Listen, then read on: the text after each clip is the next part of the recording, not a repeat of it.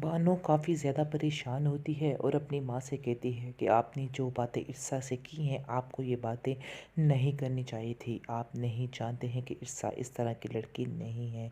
आपको गलतफ़हमी हुई है, क्योंकि उसने तो कभी इस चीज़ का इज़हार किया ही नहीं था कि वो जमशेद से प्यार करती है। इसलिए उस पर सारा इल्ज़ाम डालना ये सरासर गलत है। मैं इस चीज़ को नहीं मानती हूँ। आगे से उसकी माँ कहेगी कि नहीं, उसने पैसे की लालच में आकर कमाल से शादी की है और मेरे बेटे की ज़िंदगी तबाह की है। कुछ ना कुछ तो ऐसा था ही कि जिसकी वजह से ये सारा माजरा तय हुआ है। आगे से काफ़ी ज़्यादा बहस हो जाती है माँ बेटी में, और वो दोनों आपस में काफ़ी ज़्यादा बहस करती हैं और कहती है कि आपको नहीं पता है कि इर्सा आपकी बातों की वजह से कितनी हर्ट हुई है और उसको कितनी तकलीफ़ हुई है आपकी बातों की वजह से। आपको इन बातों का बिल्कुल भी इल्म नहीं है। आपने जो किया काफ़ी गलत किया है। ईर्षा जमशेद के घर जाकर उसको साफ साफ ये भी कह देती है कि खबरदार, तुमने मेरे मामलात में इंटरफेयर करने की कोशिश की, तुम बार बार मेरे सामने क्यों आ जाते हो। आगे से वो कहेगा कि वो महज एक इत्तेफाक था, मैंने जानबूझकर ऐसा कुछ भी नहीं किया है। जिस पर वो कहती है कि ऐसे तुम मुझे देख रहे थे तो बिल्कुल शक हो जाना था कि मैं तुम्हें जानती हूँ। आखिरकार वो तुम्हें जानने लग जाएगा। आगे से वो कहता है कि ये हकीकत कल को तो खुलनी है, अच्छा है कि आज ही खुल जाए तो बेहतर है।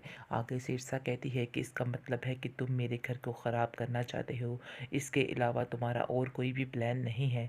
जिस पर वो कहता है कि तुमने अपना घर खुद ख़राब किया है, मैं इन बातों का ज़िम्मेदार नहीं हूँ। जो कुछ होगा तुम्हारी ज़िंदगी में तुम्हारी मर्ज़ी से हो रहा है। आइज़ल ने बड़ी ही चालाकी के साथ सुनकर सारी बातें रकम जो है वो जमशेद के घर दे आती है, जिसकी वजह से वहाँ जाकर कहती है कि ये सारा कुछ उसने इर्सा नहीं भेजा है। जिसकी वजह से इर्सा को जैसे ही पता चलेगा इस बात का कि ये सारा माजरा जो है आइज़ल करके गई है, तो उसको काफ़ी ज़्यादा हैरानगी होगी और उसको समझ आ जाएगी कि ये इर्सा उसकी यानी कि आइज़ल की एक और चाल है। जिसकी वजह से वो काफ़ी ज़्यादा परेशान हो जाती है कि आखिर अब वो नया क्या तमाशा खड़ा करने वाली है। उसको कुछ समझ नहीं आती है। वो अपनी दोस्त को कहती है कि तुम्हें नहीं पता था कि उससे मैंने किसी को इस बात का नहीं पता था, इसका मतलब है उसने मेरी बातों को चोरी से सुना है और फिर ये सारे पैसे दे के आई है। वो मेरी मर्ज़ी से पैसे नहीं दे के आई, आप लोगों को उसने नहीं दी हैं, जिसकी वजह से काफ़ी टेंशन हो सकती है। तुम नहीं समझती कि आइज़ल मुझे वहाँ से निकलवाने के लिए क्या क्या हरबे इस्तेमाल कर रही है, और अब उसने जमशेद का हरबा पकड़ लिया है, यानी कि हर बात पर मुझे इसका ही ताना मिलेगा। देख लेना, मैं घर जाऊंगी और मेरा क्या हश्र करेगी। वैसा ही होता है। जैसे ही वो घर जाती है तो वहाँ पर उसकी मुलाकात होती है आइज़ल के साथ, और आइज़ल को कहती है कि तुमने क्या हरकत की है। आगे से वो कहेगी कि ये बात मैं तुमसे पूछूं कि तुम क्या हरकतें कर रही हो तो तुम्हें कैसा लगेगा, क्योंकि तुम्हें इस बात की ज़रूरत है। तुमने बहुत गलत किया है मेरे बाप के साथ, उसको पागल बना रही हो, बेवकूफ़ बना रही हो, सिर्फ पैसे हथियाने के लिए। आगे से वो कहती है कि नहीं, ऐसी कोई बात नहीं, मेरी दोस्त को इन पैसों की ज़रूरत थी। आगे से आइज़ल कहेगी कि मैं बड़े ही अच्छे तरीके से जानती हूँ कि दोस्त को या जमशेद को इस पैसों की ज़रूरत थी। मैं सारी बातें तुम्हारी सुन चुकी हूँ। दिल तो मेरा यही है कि मैं तुम्हारी सारी बातें खोलकर बाबा को बताऊं, ताकि तुम्हें दिक्कत देकर इस घर से बाहर निकाल दें। आगे से वो कहेगी कि नहीं, तुम ऐसा नहीं करोगी। आगे से वो कहेगी कि फिर तुम्हें खुद इस घर से बाहर निकलना होगा, क्योंकि मैं तुम्हारा वजूद इस घर में बर्दाश्त नहीं कर सकती हूँ। जिस पर वो कहती है कि ये ऐसा तो हरगिज़ नहीं होगा, मैं कभी भी इस घर से बाहर नहीं निकलूँगी, क्योंकि मेरा इससे कोई ताल्लुक वास्ता नहीं है। मेरी दोस्त को ज़रूरत थी पैसों की, इसलिए वो बात कर रही थी। आगे से वो कहती है कि ये वही लड़का है ना जिसका एक्सीडेंट हुआ था, तो तुम भागी भागी उसका पता लेने चली गई थी। आखिर क्या वजह थी। आज सारा ये पोल खुलकर ही रहेगा। आप देखेंगे कि बात बात पर उसको ब्लैकमेल करती है और कहती है कि तुम्हारी इस बात का जैसे ही मेरे बाप को पता चलेगा, वो तुम्हें दिक्कत देकर इस घर से बाहर निकाल करेगा। ये बात अपने दिमाग में बिठा के रखना। इस पर ईर्षा कहती है कि बहुत ज़्यादा टेंशन में हूँ, तुम क्यों मेरा पीछे पड़ गई हो, यानी कि मेरी जान क्यों नहीं छोड़ देती, आखिर मैंने तुम्हारा क्या बिगाड़ा है। इस पर वो कहती है कि बिगाड़ा तो कुछ नहीं, लेकिन बहुत कुछ बिगाड़ रही हो और बिगाड़ने की कोशिश कर रही हो। तुमने मुझे चैलेंज करके बहुत ही गलत काम किया है। तुम ये बात अपने दिमाग में बिठा के रखो, क्योंकि मुझे चैलेंज करना कोई आसान काम नहीं है। अब मैं तुम्हें इस घर से जैसे दिक्के देकर बाहर निकालूंगी, तो फिर तुम्हें जाके समझ आएगी। आगे से वो कहेगी कि मेरा तो और कोई ठिकाना भी नहीं। तुम ये बातें ऐसे मत करो, प्लीज़ अपने दिल में जो बातें हैं वो सारी निकाल दो।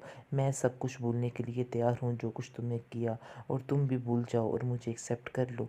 आगे से वो कहेगी कि नहीं, मेरी ज़िंदगी में तो ऐसा हरगिज़ नहीं हो सकता, मैं तुम्हें एक्सेप्ट नहीं करूँगी, मैं कभी भी तुम्हें अपनी मामा की जगह नहीं दे सकती।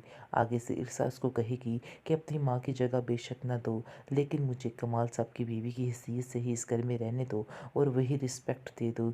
मैं तुम्हें तुम्हारी माँ होने का तो नहीं कह सकती कि, लेकिन एक अच्छा दोस्त तो हम लोग बन सकते हैं। आगे से वो कहेगी कि नहीं, ऐसा सारी ज़िंदगी नहीं हो सकता है, मैं अपनी माँ की जगह किसी के साथ शेयर नहीं कर सकती हूँ।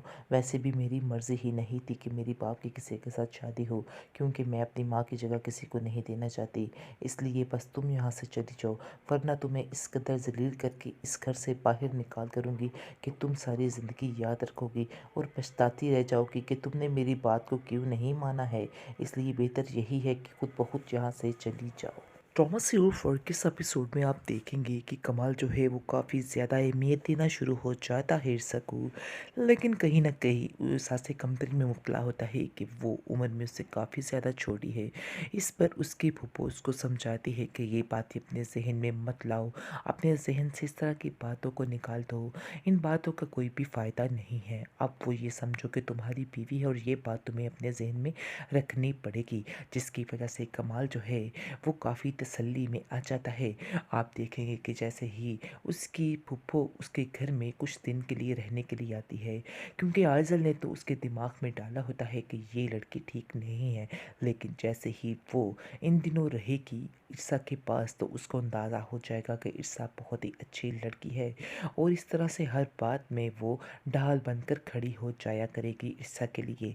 और ईर्षा को भी अपनी फूफो की वजह से काफ़ी सपोर्ट मिल चुकी है, और वो बार बार उसको कहती हैं कि तुम्हें कमाल का ध्यान रखना होगा, ये बात ध्यान रखना, और तुम दिल छोटा मत किया करो आइज़ल की बातों पर। वो अभी बच्ची है, बच्ची तो खैर तुम भी हो, लेकिन तुम्हें अब इस बातों का ध्यान रखना है। लेकिन तुम्हारी इस घर में जो हैसियत है वो तुम बड़े अच्छे तरीके से जानती हो।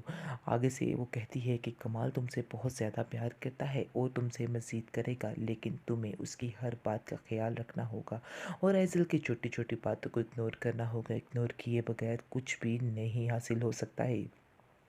जिस पर वो कहती है कि फूफू जान, मैं आपकी सारी बातें समझ रही हूँ और मैं आपकी बातों पर ज़रूर अमल करूँगी। इस पर वो काफ़ी ज़्यादा खुश होती है, क्योंकि जैसे ही फूफू उसको कुछ गुस्से में कह देती है या कोई भी बात करती है तो वो उसका बुरा नहीं मनाती है, जिसकी वजह से वो काफ़ी उससे राज़ी हो जाती है और कमाल को भी फोर्स करती है और कहती है कि तुम्हें आइज़ल को समझाना होगा। मुझे ऐसा लगता है कि जैसे आइज़ल जो है वो इसको इस घर में नहीं रहने देना चाहती, और आइज़ल ही सारा काम गड़बड़ कर रही है, और मैं नहीं चाहती हूँ कि इतनी अच्छी लड़की हमारे हाथों से निकल जाए। यानी कि वो तुम्हारी जो बीवी बन चुकी है, ये बात तुम्हें ज़हन में रखनी चाहिए।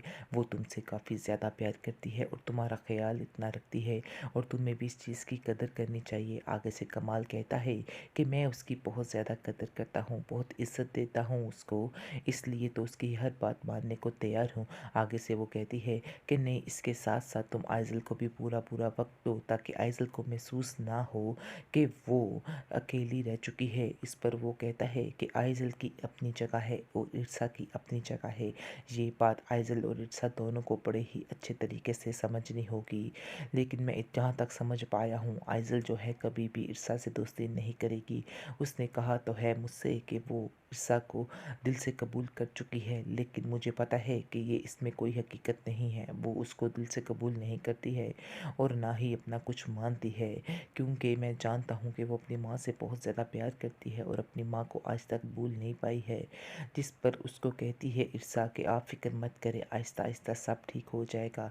मैं आइज़ल के दिल में भी अपनी जगह बना लूँगी। हाँ, मैं जानती हूँ कि उसको माँ का प्यार तो नहीं दे सकती, लेकिन अपने दिल में, उसके दिल में अपनी जगह बना कर ही रहूँगी। मुझे यकीन है इस चीज़ का, एक दिन आएगा जब वो मुझसे बहुत ज़्यादा प्यार करने लगेगी।